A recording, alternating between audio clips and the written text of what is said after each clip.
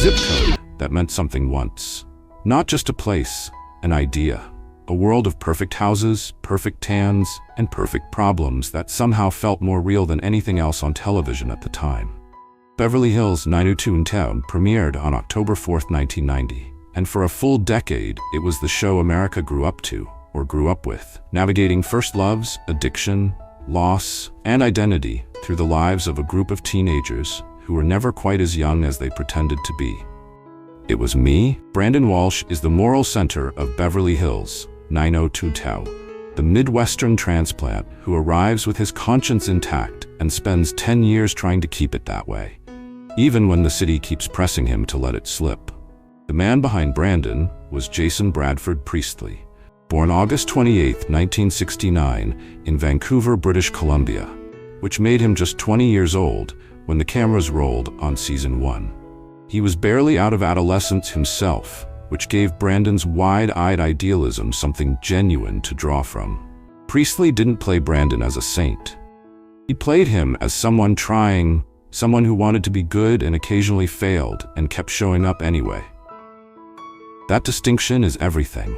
The earnestness never curdled into smugness because Priestley kept finding the doubt underneath it. Brandon represents the show's conscience. Its argument that decency is not naivety, that a person can live inside wealth without being consumed by it. He is the audience's surrogate, the one who always noticed when something was wrong. Before 90210, Priestley had made his mark in the short-lived NBC sitcom Sister Kate. It was actually Tori Spelling who caught an episode, told her father Aaron Spelling, and suggested Priestley for the lead. After the show ended, Priestley successfully avoided the post-teen idol trap that swallowed others, transitioning into directing. He helmed dozens of episodes of 90210 itself, and later starred in Call Me Fitz and Private Eyes in Canada. He survived a near-fatal racing car crash at Kentucky Speedway in 2002, walked away from it, and kept building. As of 2026, Jason Priestley is 56 years old, still working, still directing, and still, by all accounts, exactly who Brandon Walsh always wanted to be. Brandon endures because Jason Priestley made decency feel like something worth fighting for, rather than something you simply were born with. Dylan McKay is the wound the show never quite closed. The boy with too much money and not enough father, who wore his pain like armor and somehow made a generation believe that loneliness was the most romantic thing in the world. Luke Perry was born Coy Luther Perry III on October 11, 1966, in Mansfield, Ohio. He was 23 years old when 90210 debuted, an age gap between actor and character that mattered not at all, because Perry carried something in his eyes that no 16-year-old could manufacture. It was wariness. Real wariness. He had moved to Los Angeles from rural Ohio with almost nothing, worked construction, auditioned repeatedly, and been rejected. And by the time he walked onto that set, he had earned Dylan McKay's exhaustion. The heavy-lidded stare, the slow burn, the way Perry could make a single line of dialogue feel like a confession, none of that was technique. It was lived experience wearing a leather jacket. Dylan is the show's romantic ideal and its cautionary tale simultaneously. The proof that charm without roots is just drift. He loved Brenda, then Kelly, then lost himself repeatedly, and the show always brought him back because Perry made the audience believe the redemption was real. After 90210, Perry appeared in the film Buffy the Vampire Slayer, performed on Broadway, took roles in Oz and The Fifth Element, and in his final years found a second generation of fans playing the warm-hearted Fred Andrews on Riverdale, a father figure, notably, to a character called Archie. That casting felt like life writing its own meaning. He was fully committed to Riverdale, and in conversation about returning to the 90210 universe, when on February 27, 2019, he suffered a massive stroke at his home in Sherman Oaks, California. He never regained consciousness. Luke Perry died on March 4, 2019. He was 52 years old. The loss landed differently than most. There was no illness to brace against, no long farewell. He was there, and then he was gone, with his best work many felt still ahead of him. His former castmate Jason Priestley, who had been Luke's neighbor as well as his friend, later said it made him think about his own mortality in ways he hadn't before. Luke's passing was totally a shock, Priestley said. There was nothing wrong with him. Dylan McKay endures because Luke Perry made brooding feel like grief, real grief, and made you love a damaged person without asking you to excuse the damage. Brenda Walsh is the show's most electric force, a girl who arrived in Beverly Hills with her brother's moral code but her own hungers, and who spent 4 furious seasons refusing to apologize for having them. Shannon Maria Doherty was born April 12, 1971, in Memphis, Tennessee. She was 19 when filming began, and she brought to Brenda something the show desperately needed: friction. While Brandon represented the show's idealism, Brenda represented its reality, the way high school actually felt, all wanting and frustration and not quite fitting in, no matter how hard you tried. Doherty played Brenda as someone who pushed back, who made mistakes and felt them keenly, who loved Dylan McKay not as a prize but as a choice. The performance crackles because Doherty was never afraid to let Brenda be unlikable in the moment, trusting the audience to stay anyway. Brenda is the show's most honest portrait of adolescence, the messy truth beneath the Beverly Hills gloss. Doherty had been acting since childhood, most notably as Samantha Michelle's friend Muffy on Who's the Boss, and as Mary Camden on Our House, before landing Brenda. After leaving 9-2-10 acrimoniously following season 4, she went on to find massive new audiences in Charmed as Prue Halliwell. In 2015, she was diagnosed with breast cancer. She went into remission. In 2020, court documents revealed the cancer had returned as stage 4. Metastatic, incurable. She did not hide. She filmed. She podcasted. She kept returning to the role of Brenda Walsh as though she was settling something with it, appearing in the 2019 revival BH 929 and making a poignant cameo in Riverdale as a tribute to Luke Perry. Through it all, she was open about her illness in a way that felt less like bravery performance and more like genuine refusal to pretend. Shannon Doherty died on July 13, 2024, at her home in Malibu, California. She was 53 years old. In the days before she passed, she was still posting on social media, still connected, still fiercely present. The entertainment world stopped. Her on-screen love, Luke Perry, had gone 5 years before her. That both Dylan and Brenda are now gone carries a weight that no reunion episode could ever carry. Brenda Walsh endures because Shannon Doherty made imperfection feel like a form of courage, the kind that says, "This is who I am," and dares the world to look away.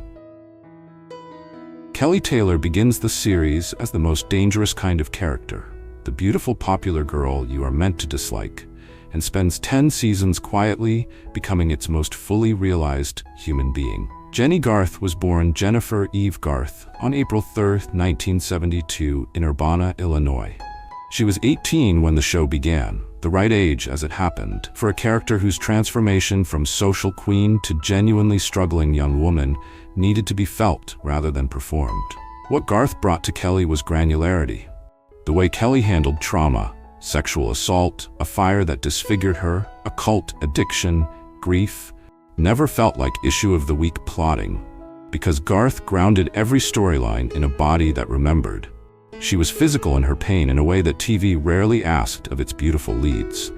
Kelly represents the show's argument that the surface is never the story, that the most polished person in the room is sometimes the most fragile. Garth dropped out of high school to pursue acting, later earning her diploma, and had appeared in the Barbara Eden vehicle A Brand New Life just before landing 9-2-10. After the show, she starred in the WB sitcom What I Like About You, alongside Amanda Bynes, appeared in the 2008 CW reboot 90210, and in 2019 returned for BH 902110. In recent years, she has co-hosted the beloved podcast 9021 OMG with Tori Spelling, revisiting the show with both warmth and candor. She also experienced the very public collapse of her decade-long marriage to actor Peter Fasinelli in 2013. Garth has spoken openly about how the deaths of both Shannon Doherty and Luke Perry have affected her. As of 2026, Jenny Garth is 54 years old and remains one of the most beloved figures in the 90210 universe. Kelly Taylor endures because Jenny Garth made survival look like something you had to choose, over and over again, every single day. Steve Sanders is the show's court jester, The rich kid who hides real insecurity behind bravado, real loneliness behind a grin, and who slowly, across 10 years, becomes something more than the punchline he started as. Ian Andrew Ziering was born on March 30, 1964, in Newark, New Jersey, which made him 26 years old when he stepped in front of the cameras as a supposed 16-year-old high school student. The age gap was absurd on paper. On screen, it barely mattered. Ziering understood Steve in a way that transcended logistics. He found the wounded pride underneath the entitled swagger, the boy who wanted to be liked so badly that he consistently, almost impressively, went about it the wrong way. There's real comedic skill in that kind of playing. You have to believe the obliviousness completely, or it just reads as obnoxious. Ziering believed it. And because he did, so did we. Steve represents the show's argument about privilege, that it shields people from growth, but doesn't make them immune to needing it. His arc across the decade is genuinely one of the series' most satisfying, from entitled jock to something resembling a man.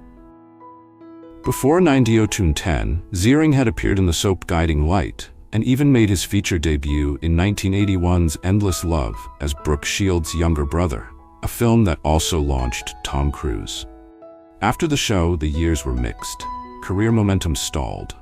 A marriage to playmate Nikki Sheeler ended in 2002. Then, at 49 years old, nearly a decade out of relevance, Ziering landed the role of Finn Shepard in Sharknado on Sci-Fi. It became a runaway cult phenomenon. 6 films followed.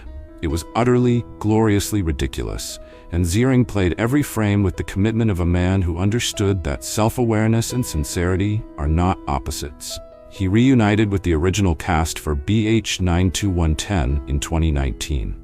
On New Year's Eve 2023, he was violently attacked by a group of bikers on Hollywood Boulevard, and, reportedly, held his own. As of 2026, Ian Ziering is 62 years old, still working the convention circuit with genuine affection for the fans who never forgot Steve Sanders, and still, somehow, refusing to be counted out. Steve Sanders endures because Ian Ziering made the need to be loved feel more honest than the cool kids ever did, and made that longing funny without ever making it small. David Silver is the underdog the show lets win. A nerdy kid from the fringe of the social world who talks his way into the group, loses his best friend to tragedy, falls in love with the most unattainable girl in school, and somehow, improbably, becomes one of the most enduring figures in the entire run. Brian Austin Green was born Brian Green on July 15, 1973, in Van Nuys, California. He was just 16 years old when filming began, the youngest of the core cast and one of the very few whose actual age matched the character. That mattered. There is a rawness in his early seasons that the older cast members couldn't manufacture. A genuine awkwardness in the way David navigates grief after his friend Scott Scanlon dies by accidental gunshot in season 1. Green played that episode without vanity, which is harder than it sounds for a teenager on his first big break. David represents the show's belief in reinvention, that where you start does not determine where you land. Green had already appeared on Knots Landing as a child, but 90210 was his real beginning. After the show, his career continued steadily, if not spectacularly. Terminator, The Sarah Connor Chronicles, Anger Management, Desperate Housewives, while his personal life generated tabloid headlines for years, most notably his decade-long marriage to Megan Fox from 2010 to 2021. The couple's split was public and, at times, painful to watch from the outside.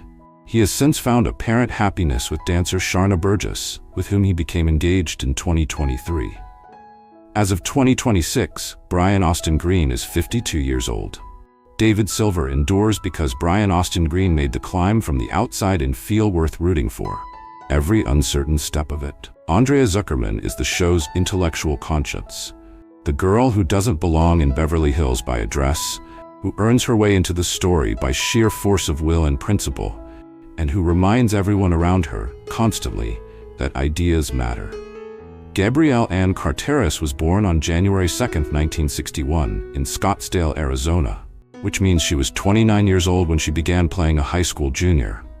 That gap is staggering, and yet it never quite breaks the illusion, because Carteris plays Andrea not as a teenager, but as a type, the perpetual outsider who is too smart for the room she's in and quietly devastated by that fact. The intelligence is specific.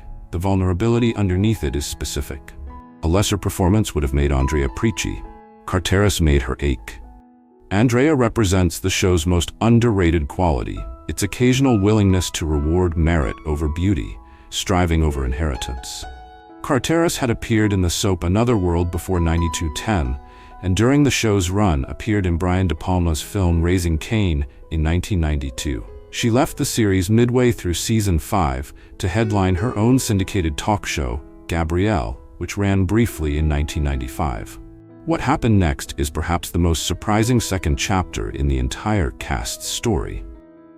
Carteris pivoted away from performance and into power, becoming executive vice president of SAG-AFTRA in 2012, then ascending to the role of national president in 2016, following the death of the previous president, Ken Howard.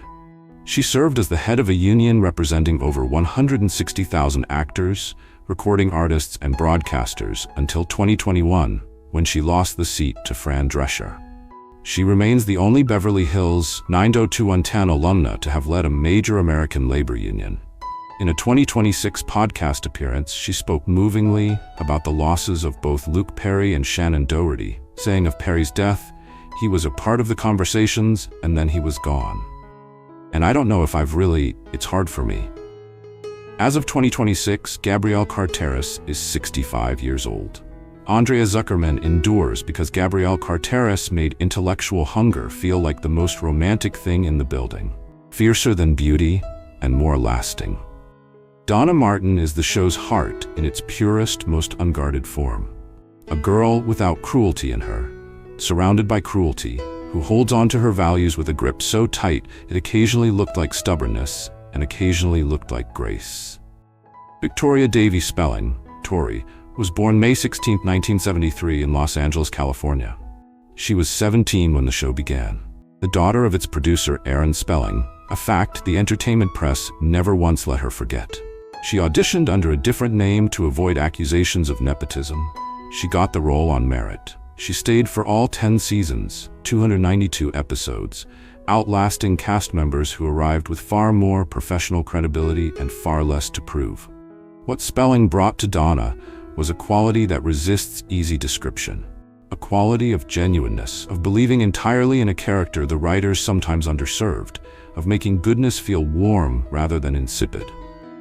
Donna was never the coolest person in the room. Spelling made her the most necessary one. Donna represents the show's quiet argument that kindness is not weakness, that the person who refuses to become hard is doing something genuinely difficult. The trajectory of Spelling's life after 9/2010 has been both very public and very hard. Her father, Aaron Spelling, died in 2006 and left her a reported $800,000 out of an estate worth hundreds of millions, a disproportion that stung publicly and financially. Her marriage to Dean McDermott, which produced 5 children and generated years of reality television, collapsed in 2023 and was finalized in November 2025. Court documents revealed over $1.7 million owed jointly to the IRS and California tax authorities. She has spoken candidly about never learning to manage money, about living in an RV with her children after mold forced them from their home, about the gap between the world she was born into and the one she now inhabits. None of it has been hidden. In 2024, she launched the Miss Spelling podcast and has continued co-hosting 90210 OMG with Jenny Garth. She remains active, working, and, in the face of genuinely daunting circumstances, stubbornly present.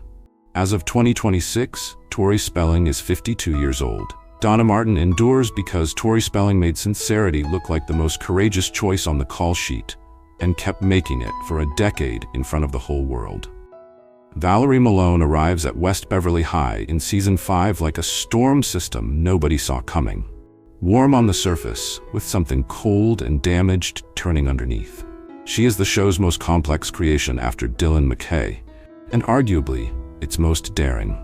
Tiffany Amber Thiessen was born January 23, 1974, in Long Beach, California.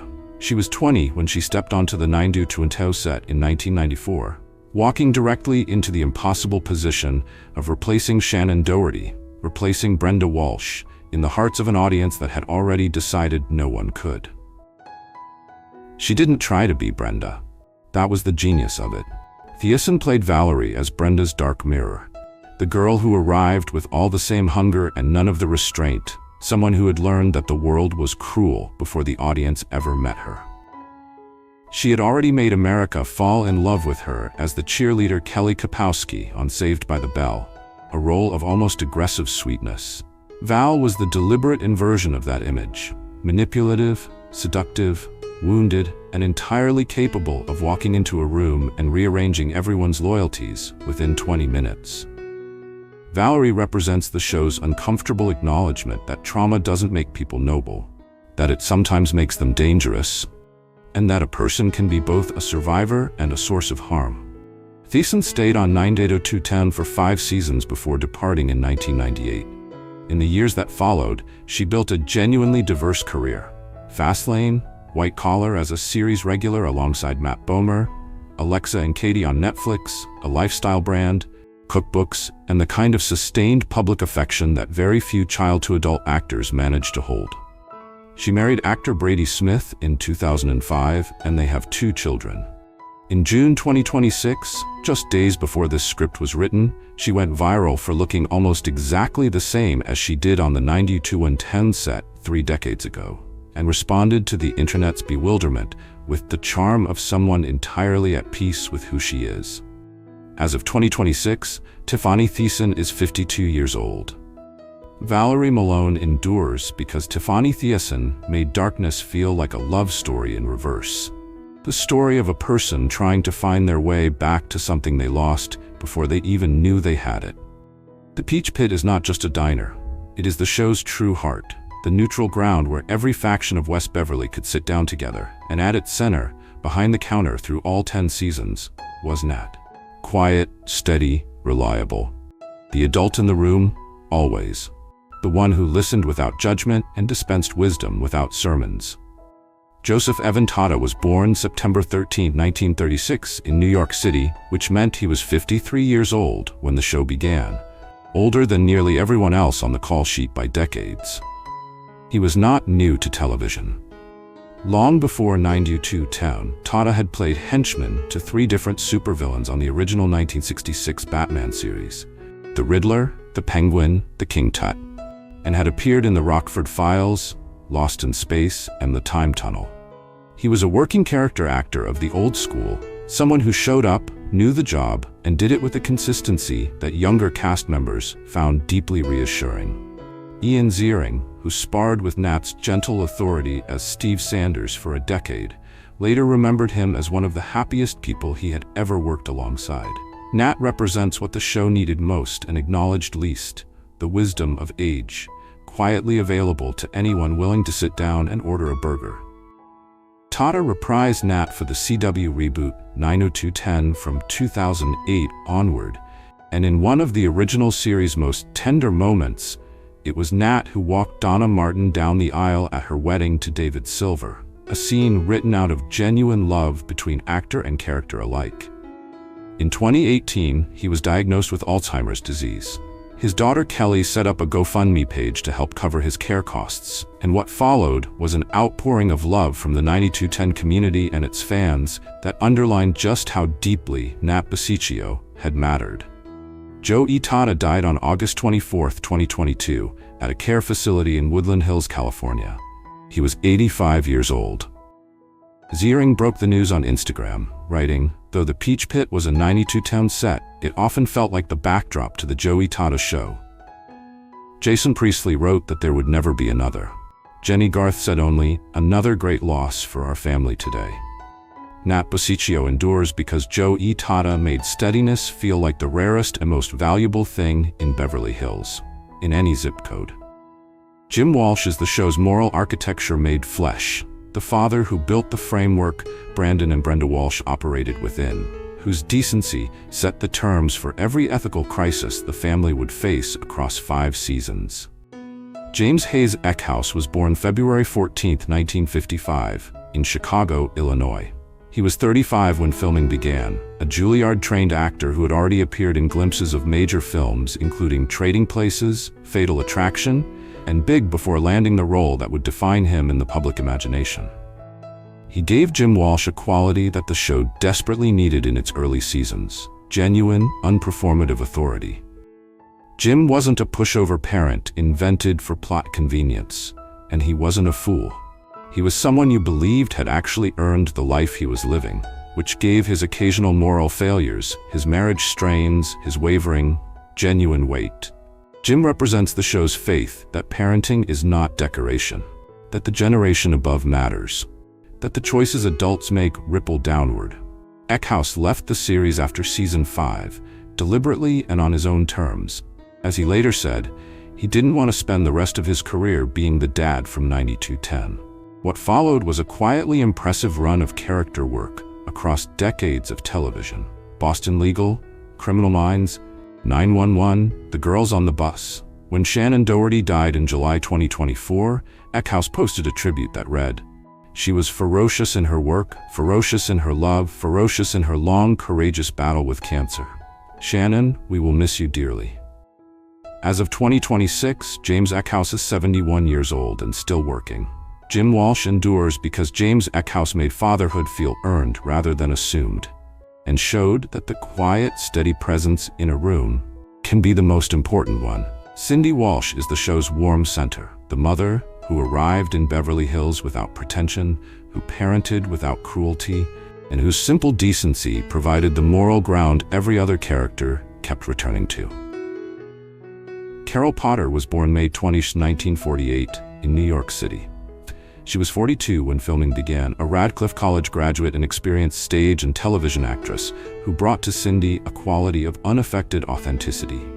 She never played the character as a sitcom mom. She played her as a woman, someone with her own interior life, her own fears about the move to Beverly Hills, her own capacity for doubt. It was quiet, careful, deeply felt work that the show didn't always reward with rich storylines, but which held the Walsh family together structurally for 5 seasons. Cindy represents the show's quietest argument, that the home you make matters as much as the address you make it in. Potter left the series when her contract was not renewed after season 5. What happened next is the most quietly extraordinary second chapter in the supporting cast story. She went back to school, trained as a therapist, became a practicing marriage and family counselor, drawing on a personal narrative that was far heavier than anything Cindy Walsh ever faced. Her first husband, screenwriter Spencer Eastman, was diagnosed with lung cancer just months after their son Christopher was born in 1987 and died in 1988. That grief, as she has described it, became the engine of her therapeutic vocation. She still posts warmly about 9210 on social media, remembering the show with evident affection.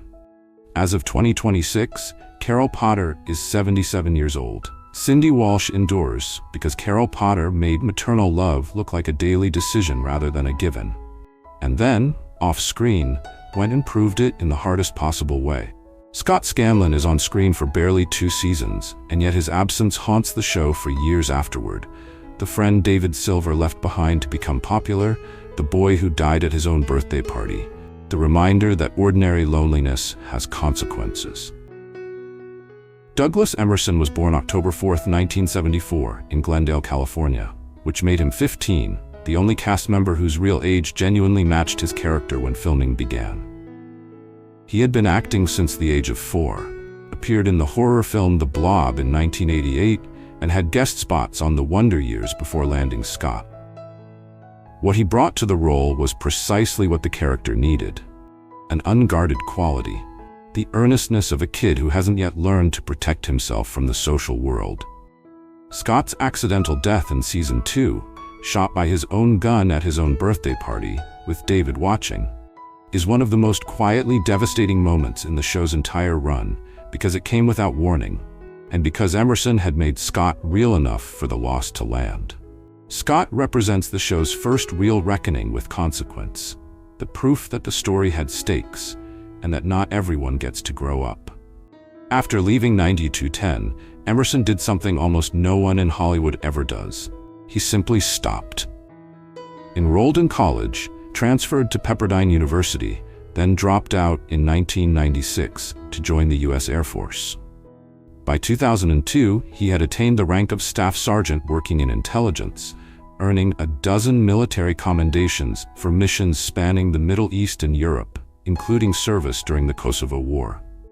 He left the Air Force in 2003 and settled in Denver, Colorado, with his wife Emily and their 2 daughters. He has given the occasional interview since, but has not returned to acting. As of 2026, Douglas Emerson is 51 years old, and living, by every account, a full and private life. Scott Scanlon endures because Douglas Emerson made guilelessness feel like a gift, and made its loss feel like a warning the show never forgot. Mrs. Yvonne Teasley is the show's adult voice of authority, who was never entirely a villain. The school disciplinarian who understood more than she let on, who kept the order of West Beverly High for 9 seasons with a kind of exasperated affection that felt, in retrospect, like love. Denise Yvonne Dowse was born February 21, 1958, in Honolulu, Hawaii. She was 33 when she first appeared in the series in 1991, and she brought to Mrs. Teasley something rare in a role like hers: genuine interiority. The vice principal was not a prop. Dowse made her a full person, someone who had invested in these students, even as she was enforcing the rules they kept breaking. Ian Ziering later recalled that some of his most enjoyable off-camera moments were between himself and Dowse, the 2 of them laughing through the blocking of whatever disciplinary scene Mrs. Teasley was about to deliver to Steve Sanders. The warmth between actor and actor bled into character, and the audience felt it. Mrs. Teasley represents the show's acknowledgement that institutions are only as good as the human beings running them, and that a good woman in a difficult position can make a real difference. After 92.10, Dowse built an impressive and wide-ranging career. The Guardian, Buffy the Vampire Slayer, Ray, Coach Carter, Requiem for a Dream, Grey's Anatomy, and most recently as Dr. Rhonda Pine in HBO's Insecure, a role that introduced her to a new generation of viewers. She was also directing. Her film Remember Me, the Mahalia Jackson story, premiered at the Pan-African Film and Arts Festival in April 2022. She had years ahead of her. In early August 2022, her sister Tracy announced that Denise had been hospitalized in a coma caused by a virulent form of meningitis. Denise Dowse died on August 13, 2022. She was 64 years old. Her sister's statement said simply, "She was my very best friend and final family member." Mrs. Teasley endures because Denise Dowse made authority feel like caring with a poker face, and showed that the most important adult in a teenager's world is often the one they're most determined to underestimate. Time moved through this cast the way it moves through everything, not evenly and not kindly. Some kept shining, some reinvented themselves entirely, stepping off the screen and into boardrooms, therapy offices, military intelligence, and union halls. Some fought private battles in full public view, and some kept their lives quiet and their dignity intact. And some, Luke Perry, Shannon Doherty, Joe Itada, Denise Dowse, are gone now, taken by stroke and cancer and Alzheimer's and meningitis, leaving holes in the story that no reunion episode could ever fill. What we are left with is what television always leaves behind: the work itself, preserved and rewatchable, full of young faces still not knowing what was coming. The Peach Pit still stands in memory. The bell at West Beverly still rings. And if you sit down long enough, you will still believe every word of it. So tell us, which character do you remember most? Which performance made that zip code feel real to you? Let us know in the comments below. And if this kind of deep dive is what you come here for, like this video, subscribe to Retro Rewind, and stay with us, because there are a lot more stories left to tell.